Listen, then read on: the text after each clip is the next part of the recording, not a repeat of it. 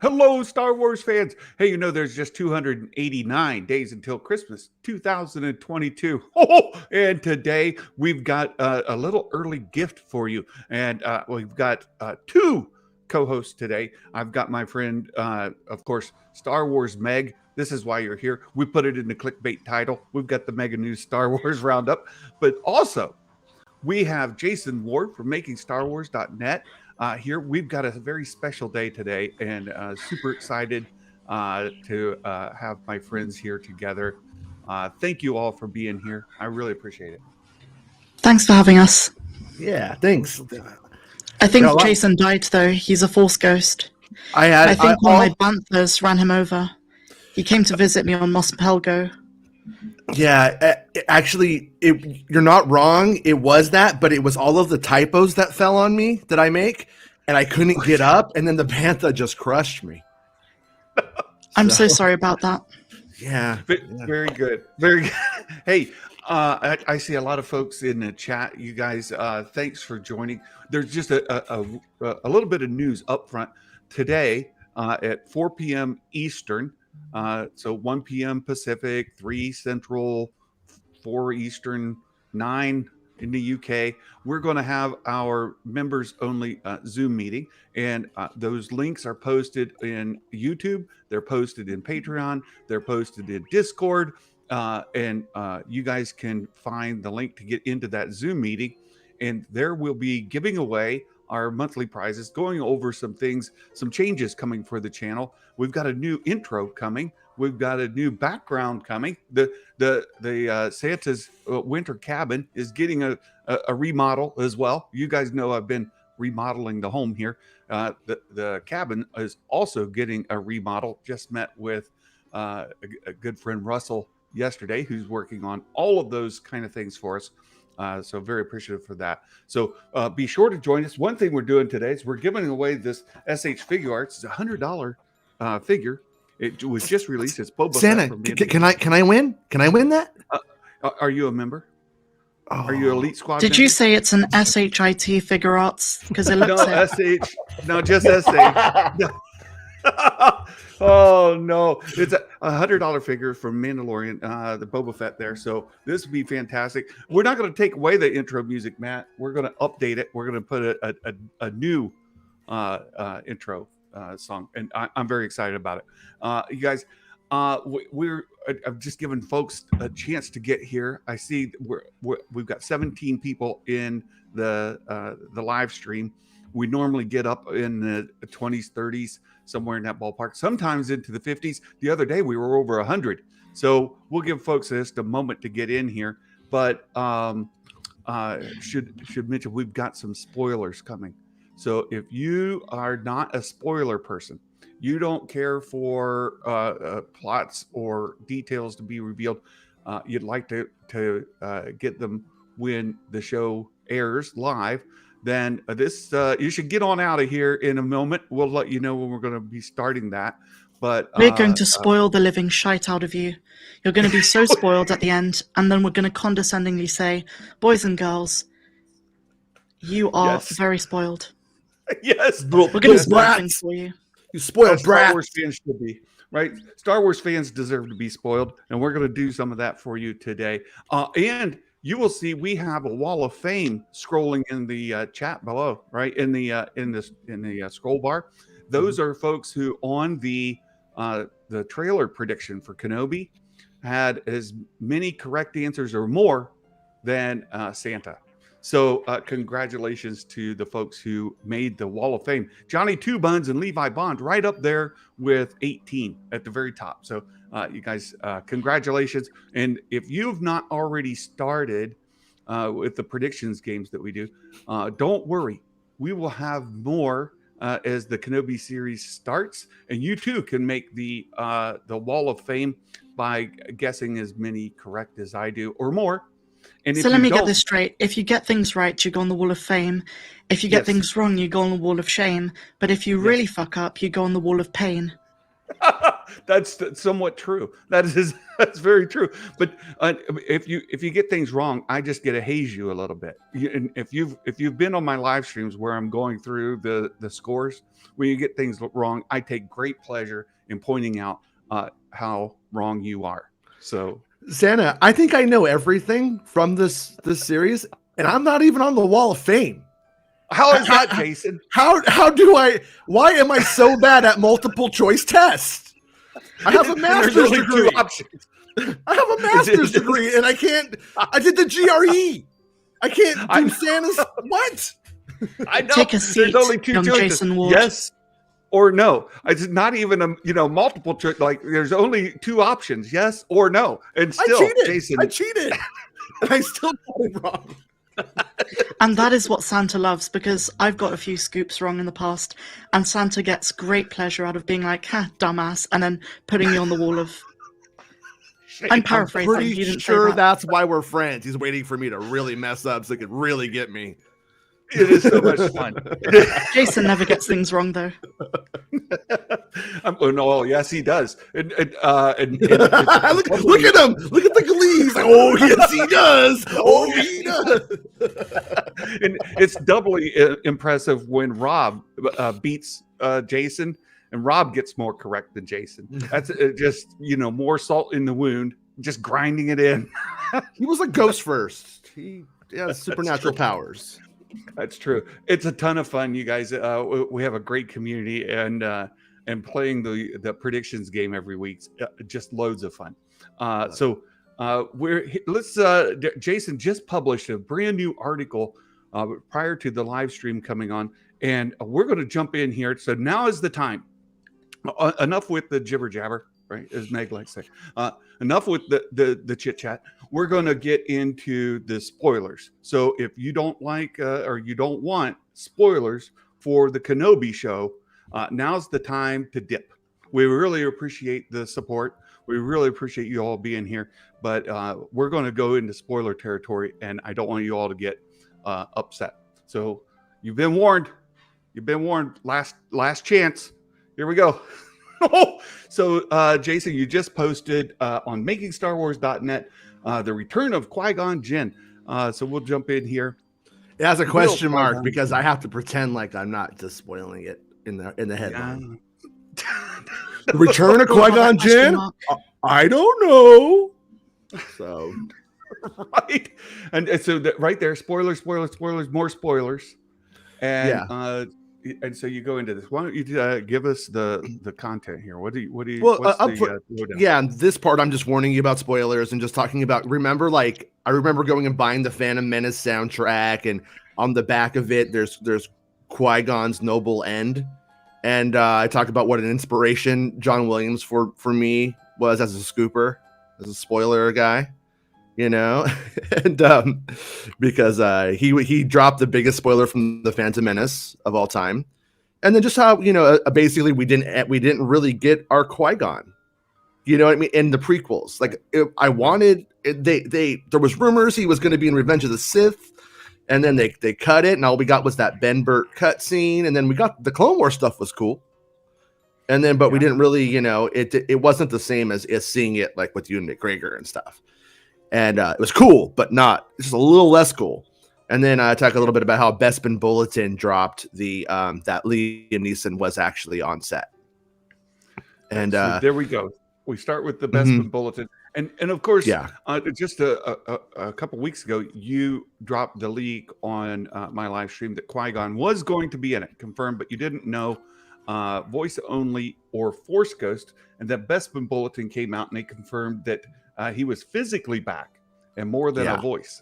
And that to give credit to our friends, Bespin Bulletin, they dropped that leak. And so we moved down into Kenobi, right? So this is where it starts. This is where I'm just like want to get out of the way. I want to give my buddy Bespin the credit for his part on this.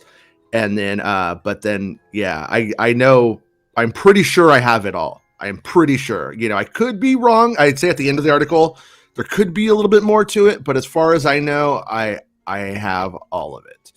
And so do you just want me to paraphrase, or Sure. Yeah. And we'll put the link to the article in the description afterwards. It just came out as we were getting ready to go live, Yeah. so I don't have it in the description. But yeah, Yeah, I was like a kid trying to get his homework in on time. I'm like, I dropped my kids off at school. I'm like, I gotta fix these typos. I gotta fix these typos. There's probably still some, but anyways, And that's so how you became a Force Ghost. that's Well, that what and the Bantha. that, and then the bantha. I mean, honestly, the typos slowed me down, and the bantha just crushed me. I told her off though. Don't worry. So when we first meet Kenobi, as we're selling pretty hard in the EW stuff this week, and I've been talking about for a few weeks now, Kenobi's just like living in a cave, and he's a broken man. He's no bueno, not having a good time. His spirits are down. He doesn't have a relationship with Luke Skywalker. He doesn't talk to anybody except for there is one little person he talks to, but I'm gonna get into that in the future. One little person, but not a green person either, just a little person. I was about to say you just basically gave away Yoda, but yeah, no, I'm not saying that. I'm saying that on Tatooine, and yeah. But anyway, so he's really down. He's spiritually, I'm gonna say spiritually dead, and so but he still has this mission that he got at the end of Revenge of the Sith, and that's he's gonna commune with Qui-Gon. Yoda said you can do it. And so there's a scene where he's sitting on the floor of the cave, but about 99% sure it's the cave, and then he calls out Master Qui-Gon, and then it's crickets. Nothing happens. Qui-Gon is now a cricket, confirmed. Cricket, Jiminy Cricket. Yep. Disney crossover. Oh, Disney did it again.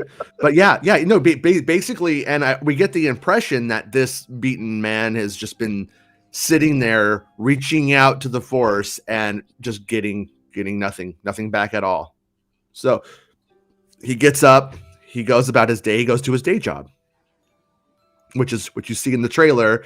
Sand whaling is what we're calling it. I'm not sure what it really is. It probably has some lore name or whatever. So when the show comes out, but it's essentially he's doing like sand whaling instead of like doing that in the ocean. And so it's just super difficult. And then but what we see throughout this story is that Stella gets her groove back. You know what I mean? Kenobi goes out, he leaves Tatooine, and he ends up meeting little Leia. And as he meets Leia or Organa, and he goes on adventures with her, and he sees that like indomitable spirit and that will to resist Palpatine's empire, this starts to give Obi-Wan Kenobi hope. And the allies that he meets along the way, he starts to see that he's not the only person in this fight. There are more people that are resisting Palpatine. While his station in life sucks, other people aren't having the best time either, but they're also not quitting and laying down. And he starts to realize that he can't either. And as he's with Leia and he's seeing like elements of kind of his son, Anakin in a way, and Padme's son, and he's starting to see the spirit of the good people that were his friends in this child. It starts to kind of awaken something in him that's been dead for 10 years. And the other allies he makes too, the other people who he meets along the way. And I'm not ready to go into this. I had to go into it in this article, and I didn't actually even realize it until I got into the article. But there's this episode where we see that Leia at 10 years old is already assisting in an underground railroad for political dissidents against Palpatine's empire. She already has her own rebellion, sort of like the seeds of it going on at 10 years old. And she's using her rich girl powers to help these people not be persecuted by Palpatine. Mm-hmm. And so like, once again, this is just like really like Kenobi is feeling good for the first time. He's not in his rut anymore necessarily, but there is I'm trying to save some stuff. So, but anyways, he ends up basically on this other little tiny adventure, and he encounters Darth Vader. They to do this thing, just go with me here. To do this thing, Darth Vader shows up. And then he fights Darth Vader, and Darth Vader mops the floor with him. While he's feeling good, he's not back. He's not Obi-Wan Kenobi from episode 3 yet. You know what I mean? He's getting there, but he barely survives, gets away. And then we spend an episode or a chapter kind of like with him going like, I know this man. I know everything about you, fool. I'm going to get you. I'm going to get you. And then he figures out how he's going to defeat Darth Vader. They go to the moon of Mustafar, to the rocky moon of Mustafar. I heard that what's the other one? The water planet is a moon as well. But this is, I'm told, a rocky moon of Mustafar. That's where the main fight happens, and there's other stuff going on here. Just to be clear, he has reasons to get this fight moving. Like he needs to get this fight done, one and done, and so he's fighting Darth Vader, and all that stuff, and then he essentially, just to wrap it up, wins the fight, and but only because Qui-Gon Jinn comes in his ear. It's like when Luke is in the Death Star and he hears the voice in his ear from Obi-Wan Kenobi. Same exact thing. That's how he gets the mojo, and that's to beat Darth Vader. That's when he realizes, like in that moment in the story, that all of this can be won. Like Qui-Gon is in my ear talking to me. That part of the mission, I'm doing it. Leia's doing it. My new friends are doing it. Like this is important. And so yeah, it's kind of like, that's why I do that quote from Rocky, in case, I don't know if that's lost on people, but you're going to eat force lightning and you're going to crap force thunder. Cause that's what Mickey tells Rocky, Right. And right. So he's like in his ear, like coaching him during the whole fight. And and that's what puts Kenobi just that little bit over and where he can't be beat. And then he wins, and there is more stuff going on than when there's like other plot threads still going on at this point in the story. There's more to the ending of the story. I'm not dropping, but when he finally returns home at the end, you kind of like, I think the audience is supposed to go, so now we're kind of back to sad Kenobi, like. He still can't hang out with Luke Skywalker. We know that can never happen. But he he goes into the cave, and then when he goes in there, the full ghost of Qui-Gon Jinn is there with him, is waiting for him. And he can see him. So we leave Kenobi with this feeling of he's not alone. In a weird way, it's really kind of nice. Like his dead father is now with him. He's with this guy that he lost. That was probably the saddest thing that ever happened to Kenobi on live action screen in a way, besides Anakin. And so yeah, it's a really kind of a sweet ending for Kenobi. We see that picture of Kenobi in the cave in the Entertainment Weekly photos. And I think Meg was talking about how it kind of looks like it's set up to have a Force Ghost in there. Right. Yeah. It does. Yeah. It does look like you're talking about like the staging of the set. Yeah. Yeah. The lighting, the staging.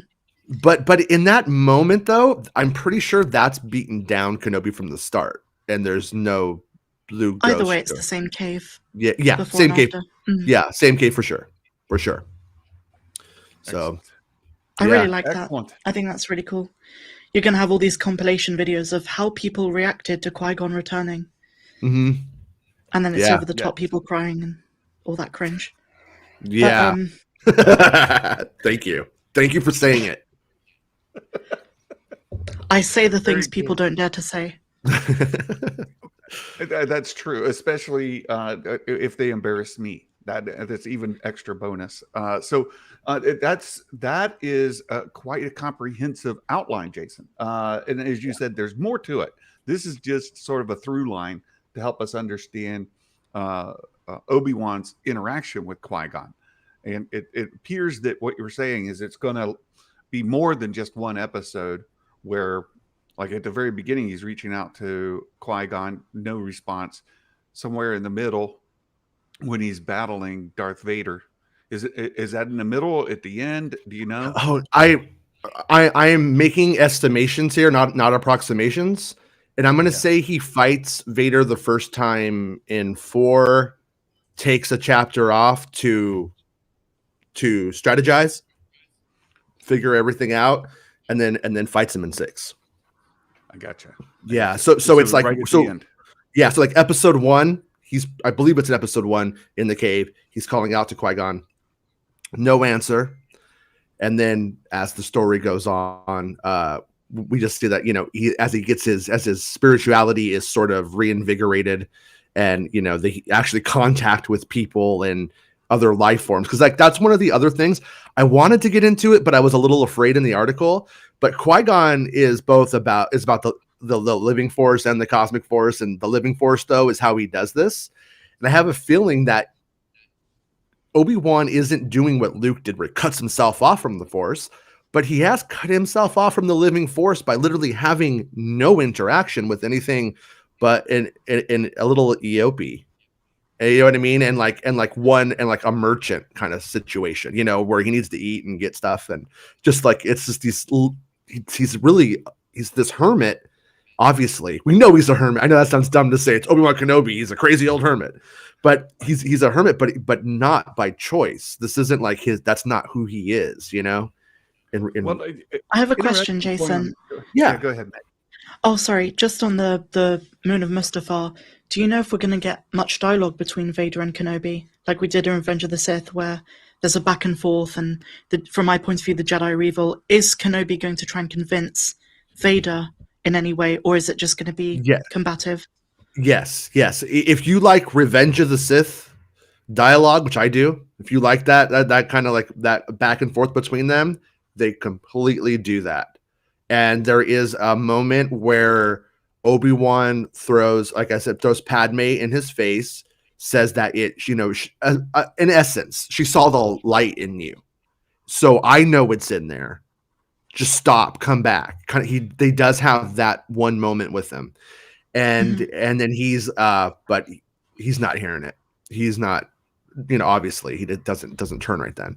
So yeah, but they do have a lot of that. And I'll have a story pretty soon about something just about that era, about the flashback stuff. And when I get into that, I think you'll be happy with that stuff too. If you're into that, right? Because I think you and I like the Revenge of the Sith a lot. And absolutely, yeah. So they do a really good job of checking all of the boxes in this story, in this series. Like I wish I could just talk about the whole thing today. Like I wish I could talk about everything right now. And because it is the story I have wanted since we knew there was going to be more Star Wars. Like it's fan servicey, but it's not fan servicey in a cheap way. It's the most intelligent fan service I could probably imagine ever. And Deborah Chow is just incredible. And Joby Harold, the writer. Yeah. Big time. For those of us who love the sequels and enjoy the Last Jedi and take some information from that to help inform us, I have a question about this. When you talked about Obi-Wan kind of shutting himself off from the Force, to the degree that Luke did, because in the Last Jedi we see when Rey is like searching the Force, and Luke's kind of instructing her, and she sees the light side of the Force, the thing's growing, and then she sees the dark side of the Force and all this stuff, and then she says, "You weren't in there anywhere, right? Not on the light, not in the dark." And is Kenobi cut off in such a way that Luke has, where he's neither in his presence doesn't exist at all, and that helps him hide? That helps the Inquisitors not find him. No, I don't mean to infer that. I mean to say that in his isolation, he is completely cut off from like the collective, almost, I don't know, collective consciousness is the right way to say that, but like the collective spirit of being around people feeling them and being amused and laughing. Just he has none of that in his life at all. You know what I mean? He's just completely by himself. And I also think that this moment where he's fighting Vader and then Qui-Gon is in his ear, in a weird way, it's the same strategy that he uses with Luke on the Death Star. And then I think people will go, well, why could Luke hear him? Luke didn't have any of that training or whatever. But Luke is hope. Luke just has all this hope because he's a bit Pollyannish and naive when he starts his stories. So he completely can hear. I think that's one of the elements that they may be putting into the Force Ghost stuff, is what it sounds like to me. Is that you have to even be able to connect with this stuff, you have to be in a place of hope. And what does that mean for Luke in the Last Jedi? Like, and when Yoda appears to him and he sees Yoda, like that's when he stops cutting himself off, and maybe it actually says something about that in a weird way too. Not to be rude, but why are we connecting this to the sequels in any way? I don't know. Because I want him to. Because I love a bearded man. I love a bearded man. Who doesn't? No, that's good. I was there was another question I had. Continue on while I see if I can. Oh, I know. So there's been some speculation about Tatooine maybe being a Force nexus of some sort.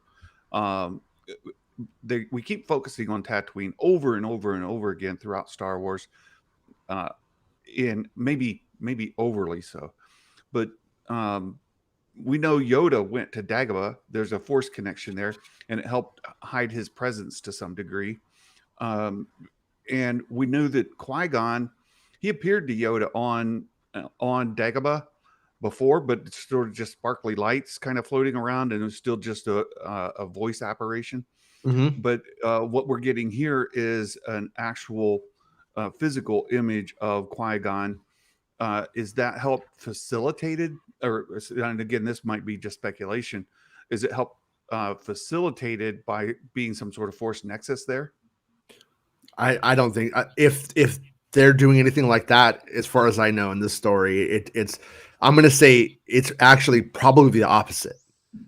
I mean, it doesn't really seem like that's how it goes, but judging by how things are going for Kenobi, I don't think so. I think in a way like that, like Yoda goes there, but Yoda's not the one who's supposed to be helping Luke in the end. It's supposed to be Kenobi.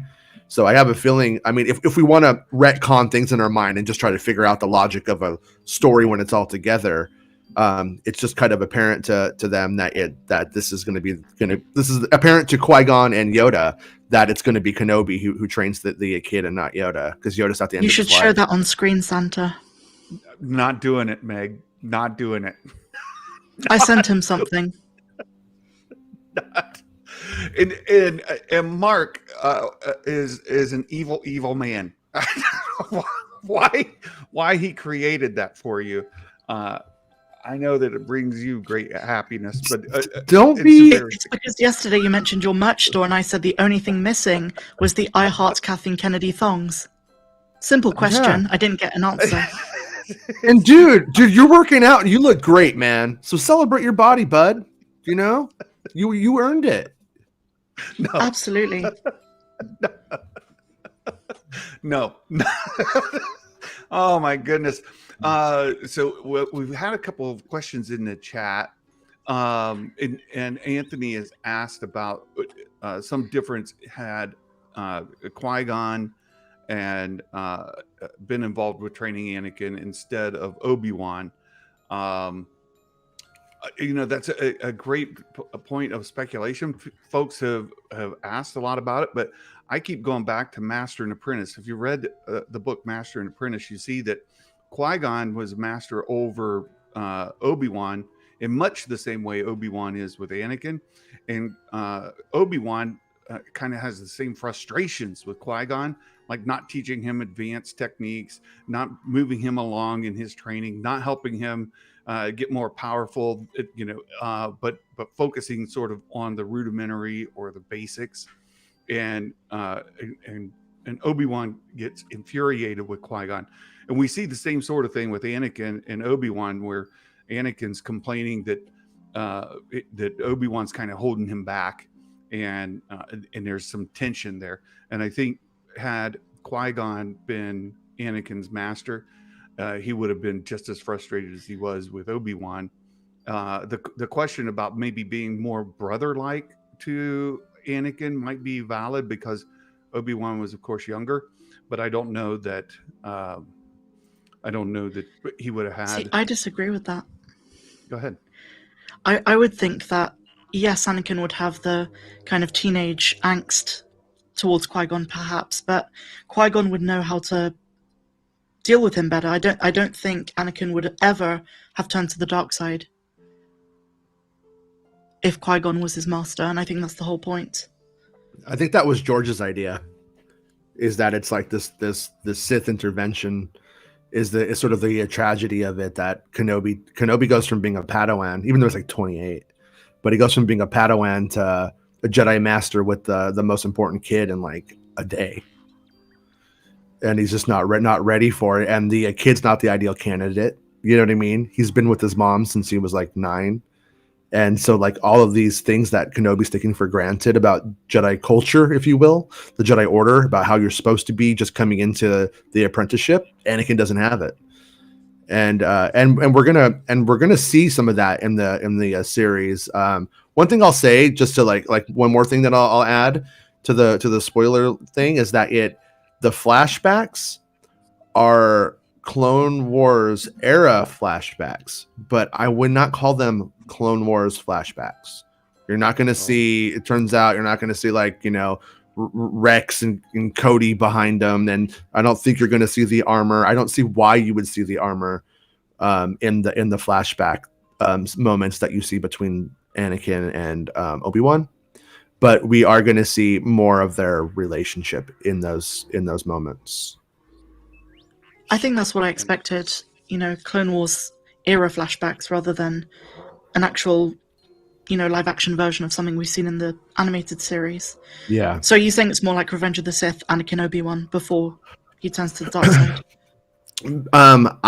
So I'm not 100% on this, but I'm going to say it's right after Attack of the Clones. So Interesting. yeah, it's closer to right after Attack of the Clones is what the estimation that my sources gave me.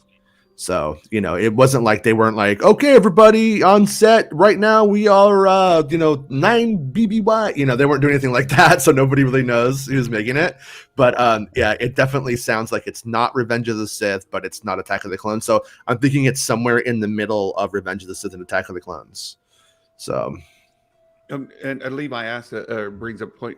Do we see the Clone Wars armor though? I would not hope for it. I can't say for certain that you don't, but I cannot see. All right, guys. Let's just. I'm just gonna say it a little bit. Why would they wear their Jedi armor inside the Jedi Temple in reality? Not in the cartoon where they make character models and don't want to pull the stuff off. But if you really were He's like frozen. so.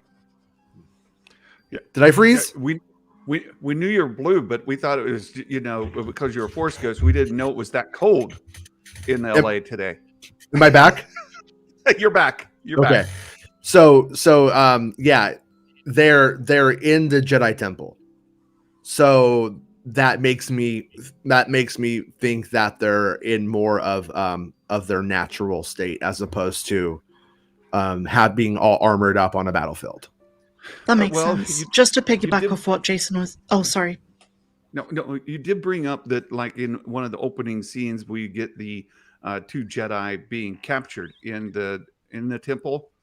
Could those be Clone Wars era outfits that they're wearing when they come through, right? The troopers come through and capture them. I suppose. I mean, on the 2 young Jedi. Yeah. From what I understand, they will appear to be generic looking Jedi. Like it's like you don't know who they are, and so I don't think you're going to see like you're not going to see like any definable things, but like robes and cloaks, kind of. Are they captured by troopers or are they captured by? Well, clones are in those scenes because they're massacring everybody in the Jedi Temple. Yeah, right. So we would see Clone Wars era armor on those clones. On the clones, yeah, for sure. Yeah. Okay, there we go. So, not on the Jedi. Sorry, I thought we were talking about the Jedi. No. So Levi, there is hope, right, for the folks who want to see that Clone Wars era armor on the clones. You would probably get it when they're being captured at that like opening scene, as they're raiding the Jedi Temple. Yeah. I don't. Yeah. You will see clones. You will see the like just like in the basically this on what we saw in Book of Boba Fett. Think of that. I mean, that's essentially what we're gonna get, but with 2 other Jedi escaping.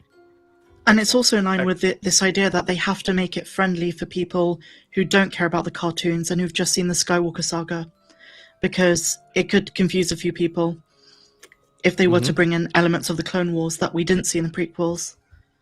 Yeah. This story is very self-contained. Like you could definitely pull more from it and really enjoy it if you know all this other stuff. But I feel like if you never watched any or you haven't seen any of that stuff and you haven't watched the prequel since they came out, I think this story would work on its own, it's very good. Excellent. Those are the best stories. Mm-hmm.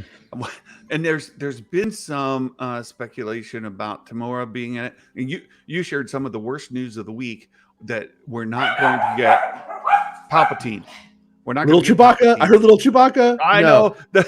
I know. No, that's super sad. I see Dominic. I see Dominic going. It makes me laugh because like YouTubers who watch my stuff and read every single thing I do and do my articles constantly are like, oh, we're gonna see Commander. Let's do a Commander Cody video. Let's do a Palpatine video. And like they know it's not happening. Like they know. There is no fan service in this show other than the fan service of itself actually existing. Like Inquisitors are the fan service. They could have made the Inquisitors, a former Jedi, or they could have went that way, or they could have made it like the 501st, but they made it the Inquisitors. And Bosk isn't going to show up. There's no, Voss, Boba Fett's uncle, nobody. No, I promise. Like nobody's showing up, but the guy I told you today. The guy I told you today is the fan service, and it's way better than getting Dengar. I promise. I mean, come on. One question though. Mm-hmm. Is there at least a reference to Padme? Yeah. That's what I was saying. Is during the fight. Okay, well there we go. There's a bit more than just. Yeah, during the fight, he straight up says, "Padme saw the light in you. I believe in her, and she saw it, so it's in there." And he's like, "You're wrong. I'm Darth Vader." So, yeah. Nice. George Lucas level dialogue. Yeah, you're welcome, George. You could have that one. We need to have X-Wing in here to do the voices for us. Right? Yeah. Oh my goodness, that's some good stuff. So as far as Tamora being in it, there's been lots of like analysis of the back of some dude's head or his hand holding a gun. I mean, okay, so that bald head thing. Number one, just I'm gonna be rude right now, but use your freaking eyes. It's not the same head. I mean, it's a different shaped head. Like, do you look at like an egg in a ball and not know the difference? Like, I don't get that. It's not the same head.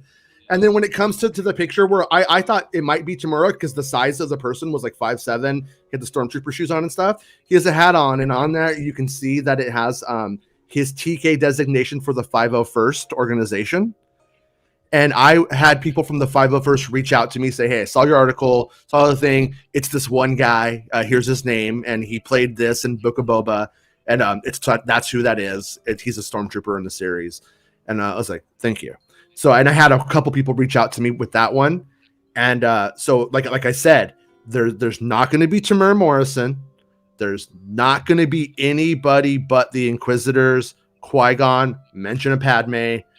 And like, you know what I mean? No one shows up. I mean, it's not, the story is super on and focused. Like people forget, like they're like, oh, are we gonna get this cameo? You get Princess Leia, you get Luke Skywalker, Uncle Owen, Aunt Beru, Qui-Gon Jinn, mentions of Padme. Like they don't have to do it. They don't need to go, geez, our story's really sagging here and we're creatively bankrupt. What do we do to make people excited? Like they got it. Like they got it all. I love when Jason gives in to the dark side. Yeah. He goes full on so rage good. boner. Yeah. There it is. So Vader in the Bacta. Now I think it was Star Wars Newsnet had a artist rendering of that scene. Yeah. Have you neither confirmed nor denied that that's going to be part of it? So we'll see. Oh, like it's in there. That whole chamber's down there still. They just got it like sitting outside. They don't even care. It's like, yeah. It's down there. Like on the Mando set, just sitting on there on the side. I was like, guys, can I have it? Like, I'll like sleep in it. Can I just come pick it up? If you guys don't want it, you're just gonna leave it outside. Like, I'll take it. I'll take it home, and take care of it. But yeah, we do have scenes like, but to the best of my knowledge, don't expect the narrative to shift to it all of a sudden. Like, here's like Darth Vader, and we're following Darth Vader's day-to-day activities or something like that. Like, don't let any of the poor storytelling and story structure from Book of Boba Fett make you think that Joby Harold and Deborah Chow would do that. They wouldn't. So this I've been and Meg and I have both been really pushing Rebels because I think that Rebels will help inform you when you watch the Kenobi series, and it will help inform you for sure when you see the Andor series. Do you need to watch it? I don't think you do.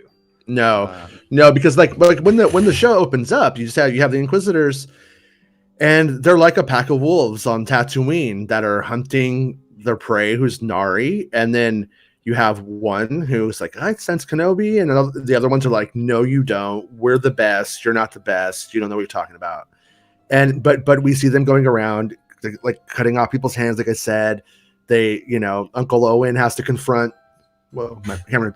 Uncle Owen has to actually confront her for a second to be like, look, we don't know anything, and then get interrogated. So like you get it in 1 second what these people are, and then as the series goes on, though, we do go to the fortress. I'm gonna say, once again, not an approximation, an estimation, probably episode 4. Nope. We end up in that thing. We may see it before for a second, but it's a big story element and a big part of the show about episode 4, about midway. Can I address something that Sheev just said? He said, Yeah. Rebels takes place after, so you don't need to have seen it. Well, you kind of don't need to have seen it, but it really helps to understand the Fifth Brother and who the Grand Inquisitor are. Just watch season 1 of Rebels. Like, just watch a bit of it. If you haven't seen Rebels, not Sheev, obviously, he's a massive fan, but yeah, for those who haven't seen Rebels, just watch a bit of it and you'll get a feel for why these characters matter. But as Jason said, you can go in fresh, having seen just, the prequels when they came out, and completely understand the story if it's self-contained. So yeah, I think it helps inform you as well. I agree with you, Meg. I think watching Rebels will only help. It won't hurt, but it's not required either.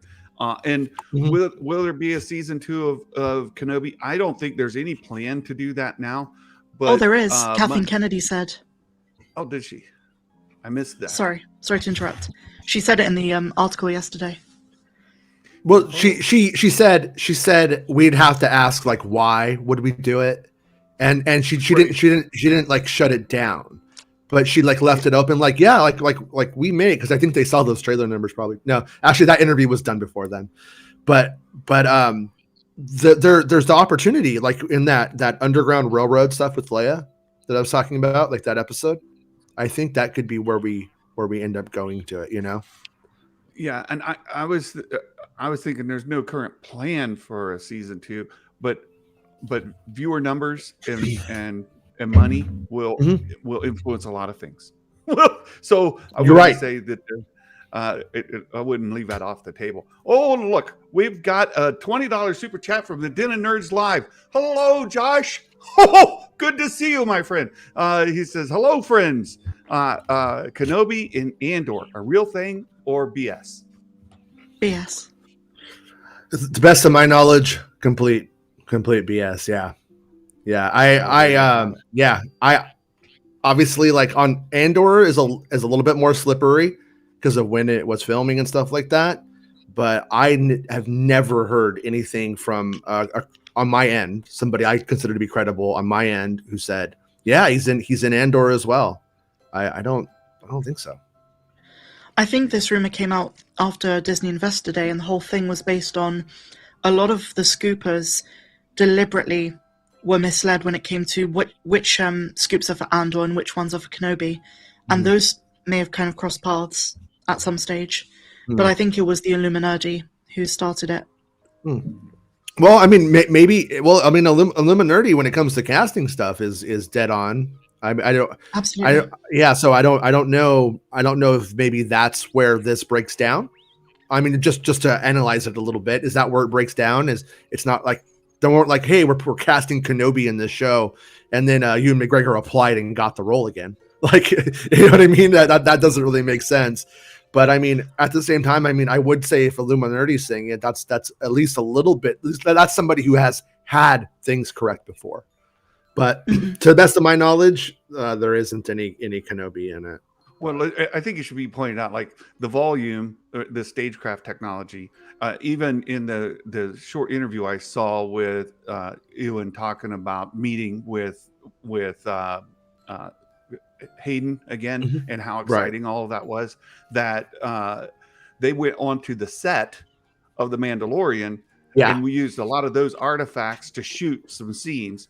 So it gets really confusing and really hard to ferret out who's showing up in what when they're using the same scenes, they're using the same location, they're using the same, and you're just swapping out actors and things. So is it for this show or for that show? Well, so just to be fair, I mean, I can understand.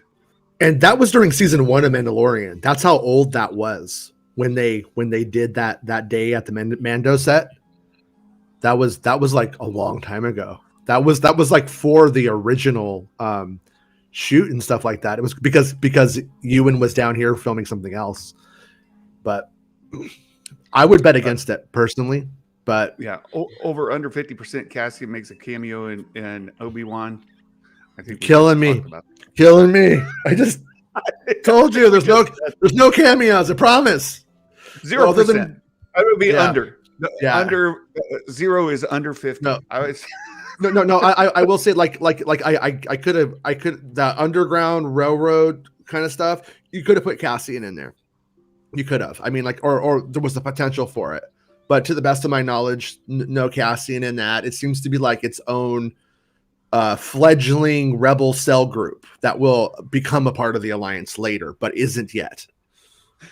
Quentin, thank you for the super chat, my friend. That is fantastic. And Dominic, this is hilarious, right? Ayla Secura makes an appearance and they show her death scene again. You know why he's saying that, don't you? Because he knows that's my favorite Jedi. And we've not had enough Ayla Secura death scenes. But add another. Let's do it. Obi-Wan opens his wallet and he has like a picture of her and he's like, I'm never going to let this one go. This will be very useful. Yeah. We don't have cable down here, but I have this. So there was a question earlier. Kenobi spanking his Jawa. I tried to change the topic before, but Meg slipped it right in. That's what she said. You said it. Meg. Mm-hmm. I knew it as soon as I said I don't know.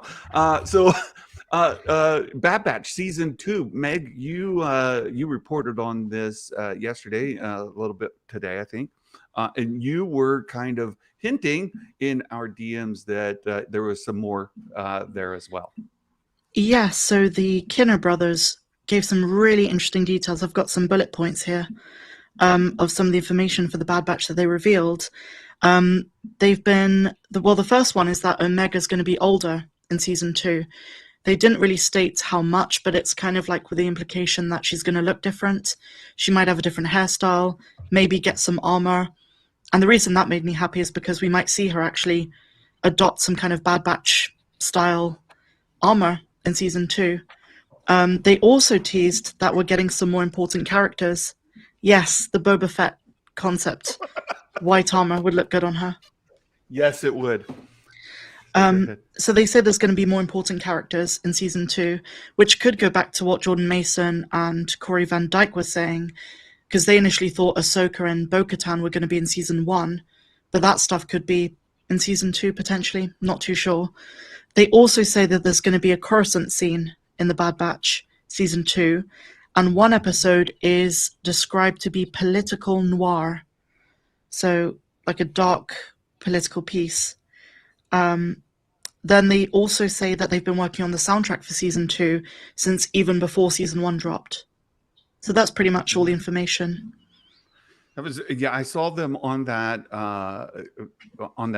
stream they did yesterday for Fundraiser for Ukraine, and I wasn't able to catch all of it, but I did hear some of that. The Kiner brothers were talking about she has a more mature look in there, right? So, and as Levi Bond says, they also teased a new animated show, Star Wars show, that they did a full orchestral score for. And that could be in line with what Matt Lanter said about reprising the role of Anakin. Do you think it's Tales of the Jedi? It could be. Well, or I mean, I want to put that on something. I want to know. I want to put that on what it. And I'm like, is that Grammar Rodeo, or is it this other animated show? Yeah, and there was a revival of that Droids story, right? Their Twitter account went active or whatever this week. Is that right? And yeah. So might it be for that? But I understand that's sort of a mixed thing. It's part live, part animated. It is. I'm not sure. I know that we saw Anthony Daniels doing mocap for it, and but Anthony Daniels did a lot of mocap for 3PO. I think on episode 9 as well. Like I had one source one time tell me he's mostly doing mocap, not in the suit in this one. But when they show him, they're going to make it seem like he was. When they show him like in behind the scenes documentaries, they're going to show the days that he was, had the suit on, but they're not showing him in the mocap suit because they don't want you to know. From what I was envisioning, it would be like live action, say 3PO saying something about, have you ever heard the story of Darth Plagueis the Wise? No. So the story, the young Indiana Jones thing, right? Yeah, like how it used to be. Okay, exactly. Introduce whatever the story is, and then it would go into animated to show that story. I don't know. Okay, but would it be a completely different animated story or animation show that we don't even know anything about? Yeah, because like of the few times I ever asked about it, a couple of the people I talked to were like, I'm not on that. I don't know. Who cares? Yeah. Kind of that was kind of the attitude about it. So not to say that that's the attitude. Just if you're not on it, you don't care. You know what I mean? And people don't tend to talk to me unless they are excited about what they're working on, and not the other way. Like, oh, hey, over there they're doing this really great thing. Like it tends to not go that way. So, right. Meg, any thoughts on that? I'm honestly not too sure. I don't know anything about the animated stuff, and I haven't heard anything to do with Tales of the Jedi. Well, or Grammar Rodeo, but Bespin Bulletin had a good piece on it. Grammar Rodeo is a live action piece, right? Yeah. Grammar Rodeo is like that Ghostbusters Afterlife show with the Jedi kids, or something like that. So yeah, and that one is going to film down here. And then I got some stuff this morning that's more indications that Acolyte's filming in the UK again. So I'm just like, it's really weird because there's a lot of hints that it's down here. There's stuff for it down here. There's production office for it here, but then it appears it's filming in the UK, Pinewood. So.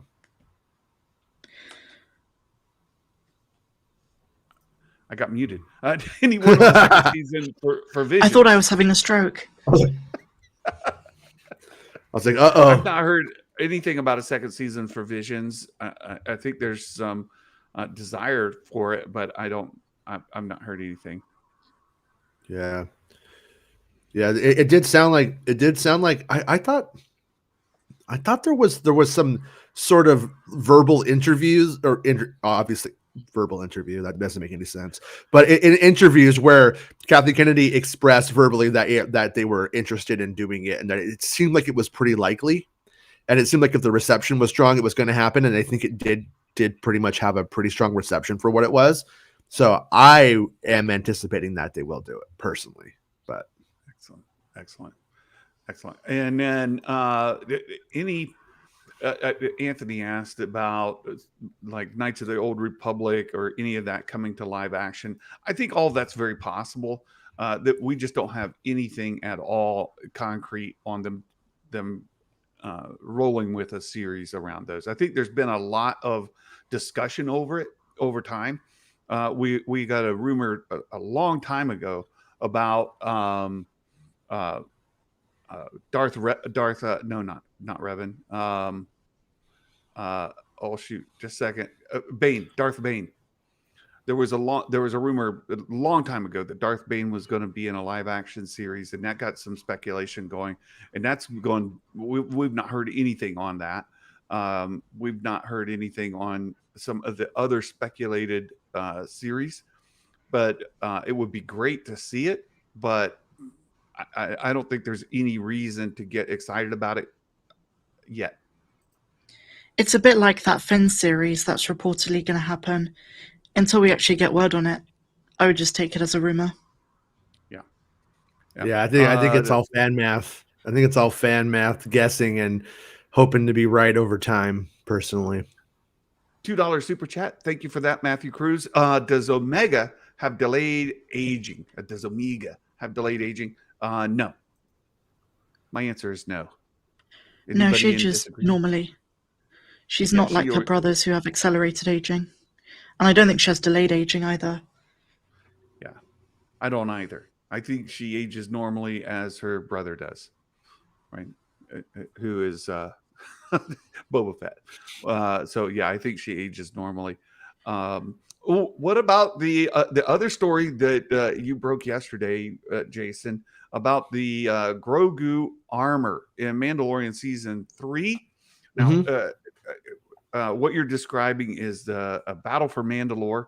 Everybody's called to action. If you have a connection to Mandalore, if you are a Mandalorian or you're a foundling, come and fight. We're going to do it. And we get Grogu in his Beskar armored IG outfit. Now, you mentioned they call it IG-11 on set. It could be IG-11, but it might be another IG unit. But Grogu essentially is using it as a mech in a chest cavity or some way where he is riding along. There's a lot of question cropping out of that because would Grogu be controlling it with like levers? Would he be controlling it with his mind, with his with the Force? Is he a passenger coming along and IG is actually doing the work? He's controlling it. The IG droid is working. It's his mech. He is controlling it entirely, but it still has a voice. It still talks to him. And if something was going wrong, it would definitely take over. Like that's kind of like the idea. Like there are moments where I believe it helps him. So it's like it has a little bit of autopilot to it, but it's mostly Grogu. It's Grogu's suit. This is how Grogu is gonna fight. And I've been kind of laughing at people who believe every single thing I say until they don't understand it or like it. Oh no, Knights of Melvin have showed up. I love Knights of Melvin. I love your videos. I watch every upload. I've been watching him for a long time. It's funny. Yeah. He's hilarious. Baymax sent me the videos and I sat there and I watched like 4 hours, not 4 hours, but like 4 or 5 videos in a row. And Mike Zero's dartboard. Because of Melvin, I can't listen to some songs that he's parodied, like "You Ain't Never Had a Shill Like Me," or I accidentally on Santa's stream said "Star Wars Sexplained" instead of "Star Wars Explained," and for a while I was just catching myself saying "Disney Shill" all day. Yeah. I'm worried about being a target of a future video. I would be honored. I would be honored. Right. It would be a badge of honor. But I'm anticipating because you guys know, and Meg constantly teases me about being a Disney shill, and Because you are. I like good Star Wars, and you don't. Oh, that's what I've heard. But just because I like the sequels better than the prequels. Now, the OT for me still holds the number one spot. But for the record, and for those who don't know me, I do my least favorite sequel movie is still better for me than my most favorite prequel movie, and it's so look for that in a future Knights of Melvin video. If that's not a shill, I don't know what is. Santa just removed his underwear, presented his bottom, and is just like, what do what you Santa, have to do. Yeah, what Santa's saying is bad sex is still sex, homies. That's what he's saying. Well, I listen, and one of my most prized acquire is my Rey lightsaber. I absolutely love this thing, and it's a fantastic build, and I love it. And I just got the Legacy saber as well. So of the two, I don't know which one I like better, but I absolutely love that Rey lightsaber. I love the design of it. I love the function where it turns on at the top there. It's no just prizes fantastic. to guess where it's been. I love this thing, and I am not put off by the yellow blade. So there you have it. Can I show my Kathleen Kennedy song? Because that's my favorite thing. I'm not showing them. No, okay. I'm not showing. Okay, because that's my favorite.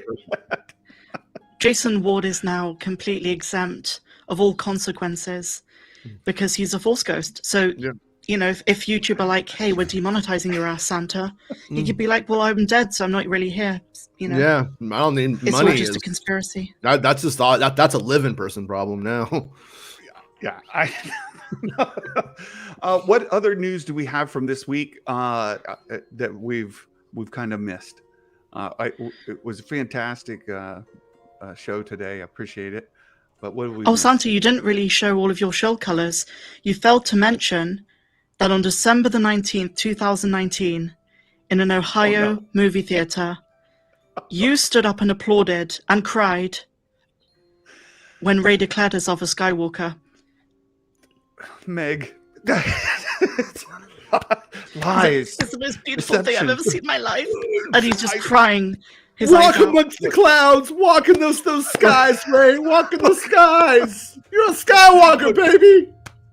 Look, you guys know I absolutely love Rey. She is my favorite character I love her too. From the movies, and I include that I like her character better than Anakin's, better than Luke's, better than any other character in the movies, and that's for some personal reasons. I'm not saying I don't like the others. I'm saying I like her better, and so I was completely rooting for Rey Nobody.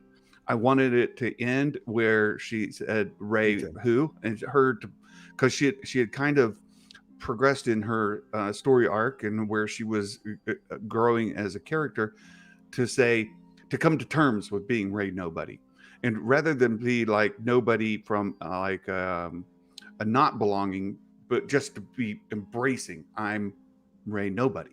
And I wanted that to be the way that it ended. The Rey Skywalker was disappointing to me, but other than that, but you finished anyway when she said it. I did. So look, I know that I have set myself up for criticism, but I just have to share. Like that's my passion. That's my love, and there are reasons for that. You can love that, Santa. You can love Rey if you want to, Santa. Nobody can tell you you can't.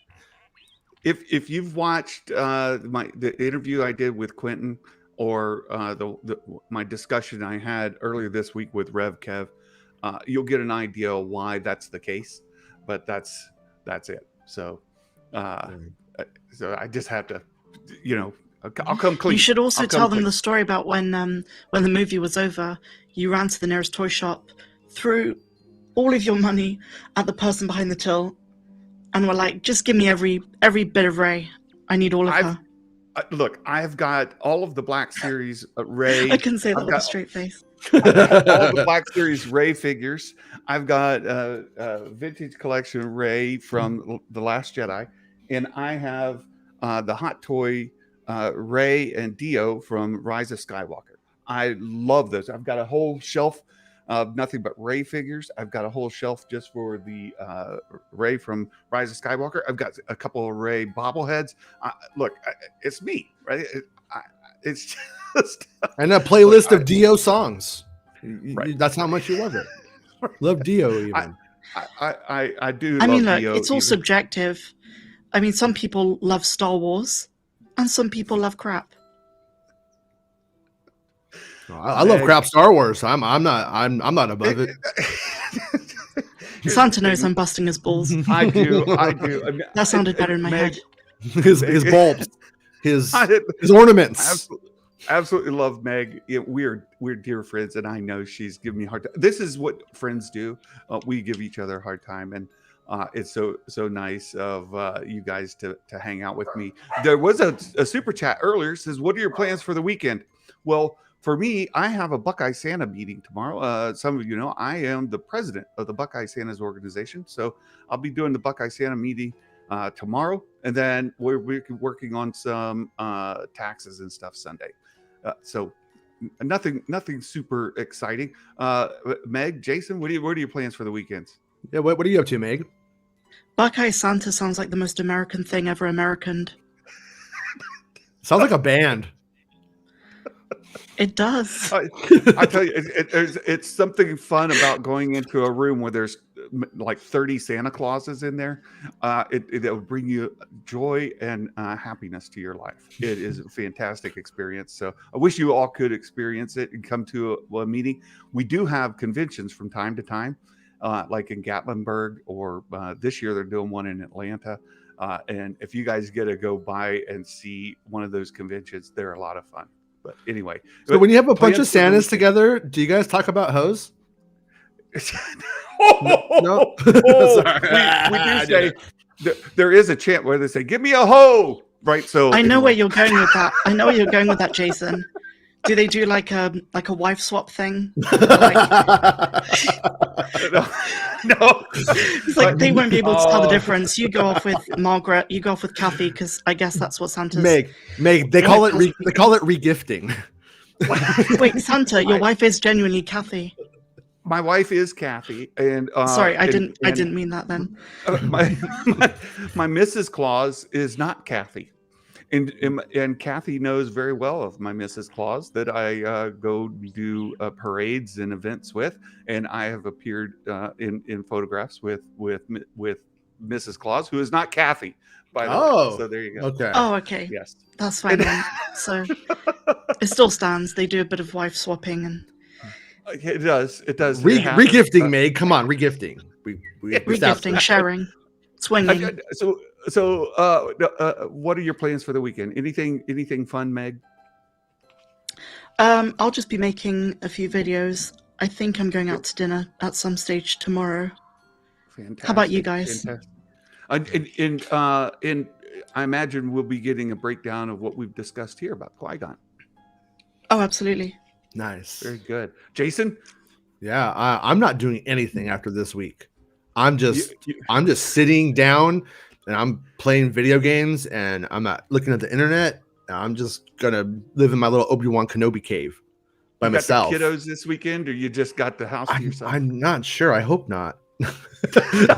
Oh, don't say that. No, I'm kidding. I'm joking. But no, I've actually had them this week while all of this stuff has been happening. So I'm a little bit like, I could use a break.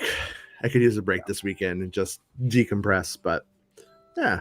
But it's been a good Star Wars week for for news. Obi-Wan the crazy. homie. Yes, Loads of it. I do have a side clause. There you go. A side clause. Oh, I'm stealing that X-Wing. every time I'm on your stream, Santa. X-Wing, how could you have missed all of the? You've got to go back to the beginning. You've got to watch and you get caught up on the news. Jason gave us an outline for Qui-Gon being in the Kenobi series. It's quite good. Jason, thank you for that. You guys go check out makingstarwars.net. The article is posted there online. You can read it, get that summary. Go back to the beginning of this video, rewatch it. Add more views, likes, shares, all of that. Let the Knights of Melvin know that I'm out here. That I'm sure I can't wait to get Santa is a Disney shill. It'll be awesome. But go check out makingstarwars.net.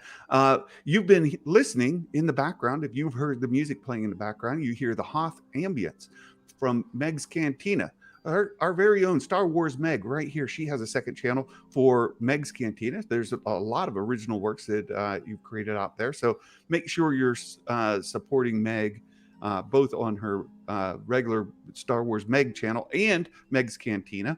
And there's Patreon. There's we all have Patreon. I do. Meg does. Jason does. There's benefits to being a member. So appreciate that. We do have a Mike Porter dad joke. The Mike Porter dad joke of the day is a we have a super chat coming in here real quick. Oh my goodness, Trucker Mark USA having to pay for all that diesel fuel. That's super expensive these days. Oh my goodness, trying to make a living on the road, bringing us the products that we buy. $10 super chat. Thank you for that. Delivery in Seattle, Washington today, out there on the west coast of the U.S. Thank you for that. The Mike Porter dad joke. Anthony has a question he wants you to answer, Jason. Concepts for the we already talked about that, Anthony. We already talked about that. So what did Anakin say when Palpatine kept force throwing robes with hoods at him? Oh, quit! You're cloaking me. Yeah, Mike Porter. I love You that. did it. You did it again. I love Mike Porter. It's fantastic. So I believe his name is now Michael J. What was it? Bartholomew He has a Porter Bartholomew Porter. the second. That's right. That's right. Yeah, yeah. And Jason, you've got a live stream coming up at the top of the hour. Mm-hmm. I imagine you're going to be talking with me and Sketchy Rob. Me and old jerk. Yeah, bringing him are going to be hanging out. Ghost. Melvin, if you're around, come hang out. Come. I love the Melvins. You like the Melvins band? I love the band. And I think you're hilarious. His video is very entertaining. I'm so happy he came today. I know that's so dumb, but I was like, hey, it's that guy. Because Baymax sent me his videos and I loved them.